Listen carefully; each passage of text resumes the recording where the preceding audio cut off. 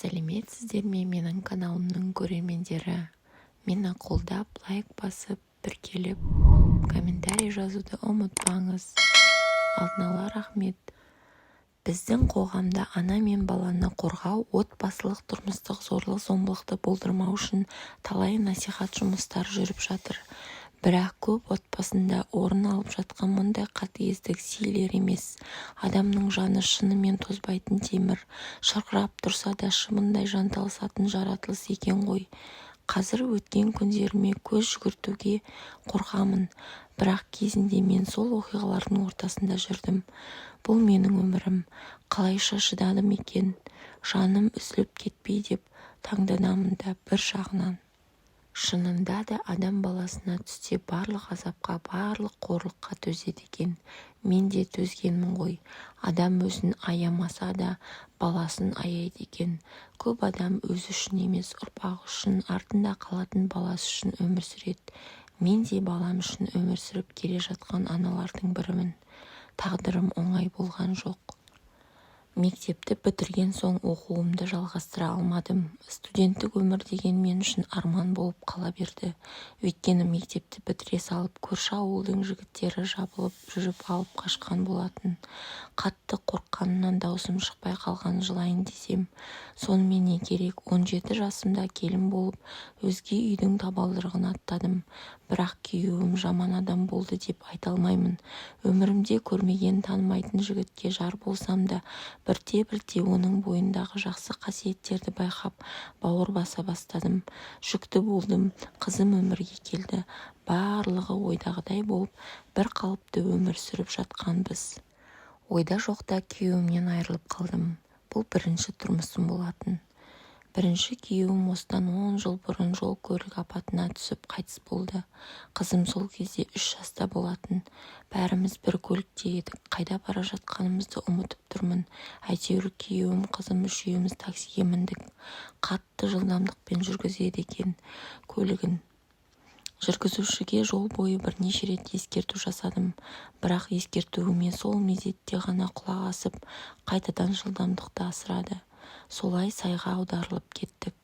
Бір секундтық ішінде бүкіл өмірім зуылдап өте шықты. Біткен жеріміз осы деп ойлап үлгердім. Бірақ көрер жарығымыз бар екен. Қызымның періштесі қағып, еш жеріне зақым келмей аман қалды. Ал мен есімді жисам жан сақтау бөлімінде жатыр екем. Не болып жатқанын түсіне де алмадым. Кейін бірден қызым есіме түсіп, оны шақыра бастадым. Дәрігерлер тыныштандырып, қызымның аман-есен ата-әжесінің қолында екенін айтты. Бірақ күйеуім де мен секілді жатқан шығар деген ойда болдым. Ал қызым анадай аударылудан соң аман қалды деп ойламағанмын ғой. Өйткені ол тым кішкентай еді. Ауруханада жатқанында қайта-қайта қызымды сұрай берген соң енем алып келген. Сап-сау қызымды көріп қуанып қалдым. Күйеуімді сұрағанында уайымдамаңыз, жақсы болып кетесіздер. Ол басқа бөлмеде жатыр деп жұбатты. Мен ештеңе сезбедім сол кезде. Күйеуімнің қайтыс болғанын үйге келіп естідім. Бұл маған ауыр соққы болды. Алайда қолымнан не келеді, оны қайтарып ала алмаймыз. Алланың жазғанына көніп өміріміз жалғасып жатты. Күйеуімнің 100 күндік асын берген соң анам келіп алып кетпек болды.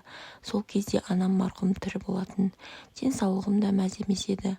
Оның үстіне сөйтіп ата-енем жылап сықтап баталарын беріп шығарып салды. 10 бауырым бар, анам бар да барынша мәпеледі ғой. Денсаулығыма қарап, қызыма көңіл бөліп, жағдайым жақсы болған. Анам қайтыс болған соң бауырларымның үйіне сыймадым. Дұрысы сыйғызбады. Ар-намысыма тиетін неше түрлі сөздер болды. Ағаларым, жеңгелерімнің аузын жаптырама деп едім. Олар өздері қосылып мені сыйдырмауға айналған соң, сөздері сүйегімнен өтіп кеткен соң, ашумен бір көрген адамға тұрмысқа шығып кеттім. Екінші күйеуімнің әйелі қайтыс болған. Жалғыз қызы тұрмысқа шығып кеткен екен. Ауылда тұрдық. Күйеуім ескі көлігімен қалаға адам тасиды. Қалған уақытта бос. Қызыма әкесі жоқ болғаны үшін жәрдемақы төленеді. Сонымен күн өтіп жатты. Алғашқы 4 айда жап-жақсы өмір сүрдік. Сұмдықтың бәрі кейін басталды. Күйеуім қызғаншақ болып шықты. Тіпті бауырларыммен сөйлесуге тыйым салды. бауырларыммен де көп сөйлеспеймін. Оларға қанша ренжісем де бауырым болған соң сағынам ғой. Сосын өзім іздедім. Бәрі де жаймен бір ізге түсіп келе жатқан кез болатын. Әуелі телефонымды тартып алды. Біреумен сөйлесетін болсам, уақытын есептеп қасымда тұрады. Артынан арақ ішетінді шығарды. Арақ ішіп алады да бәлездеп шығатынды шығарды. Мас адамға сөйлеудің қажеті жоқ қой деп үндемеймін. Неге үндемейсің деп қол көтереді. Сөйлесең неге сөз қайтарасың деп тағы ұрады. Қоятын шығар деп шыдап жүрдім. Бірақ мұның шеті де шегі де көрінбеді. Ол арағын күнде іше бастады. Арақ тауып кел деп шу шығарып, айтқанын істемесең төбелеп ұруды шығарды. Дәл осындай жанжал көп болды біздің үйде. Барынша шыдауға тырыстым, бірақ адам күн сайын осындай қорлық көрсе, шыдамай жарылады екен. Бір күні тағы да араққа жұмсады. Беретін ақшасы да жоқ, қарызға әкел дейді. Ал дүкенде қарызымыз көп деп бармай қойып едім. Бетімнен жуан жұдырығымен салып қалды. Неге ұрасың дедім. Сөз қайтардың деп төбелеп тастады. Екеуміздің айқай-шуымызды көрген қызым екі құлағын жауып сыртқа қарай қашты. Артынан мен де жүгірдім. Бірақ күйеуім шашымнан ұстап жерге сүйреп ішке қайта кіргізді де бірнеше рет ішімнен тепті. Орнымнан тұрғаным сол екі қолымнан, екі құлағымның тұсынан бірдей ұрды. Осы кезде есімді жоғалттым. Есімді жисам төсекке жатырмын. Жанымда қызым жылап отыр екен. Ботақан не болды дедім, үндемеді. Ұрып, соғу, азаптау, қорлау осылай жалғаса берді. Айдаладағы біреудің қорлығына шыдап, қолынан өліп кеткенше бауырларымның қорлығына бір ай жарым шыдайын, сосын бөлек кетемін деп оқталдым. Үйге кетейін десем өлің шығады деп пышақты ала жүгіреді. Үрейден қызым екеуміздің жүрегіміз ұшып кете жаздайды. Ешкіммен сөйлеспейміз. Күйеуім көріп қойса таяқ жейміз бе деп қорқамыз. Қашып шығайық десек жолдан ұстап ала ма деп алаңдаймыз. Адам басына түскен соң бәріне көндігіп кетеді екен ғой. Қазір қарасам жарты жыл уақытымыз қорқыныш пен үрейде өтіпті. Мен де сол күйден шығарған қызымның жайы болды. Қызым күннен күнге тұйықталып, бір бұрышта ойға бататынды шығарды.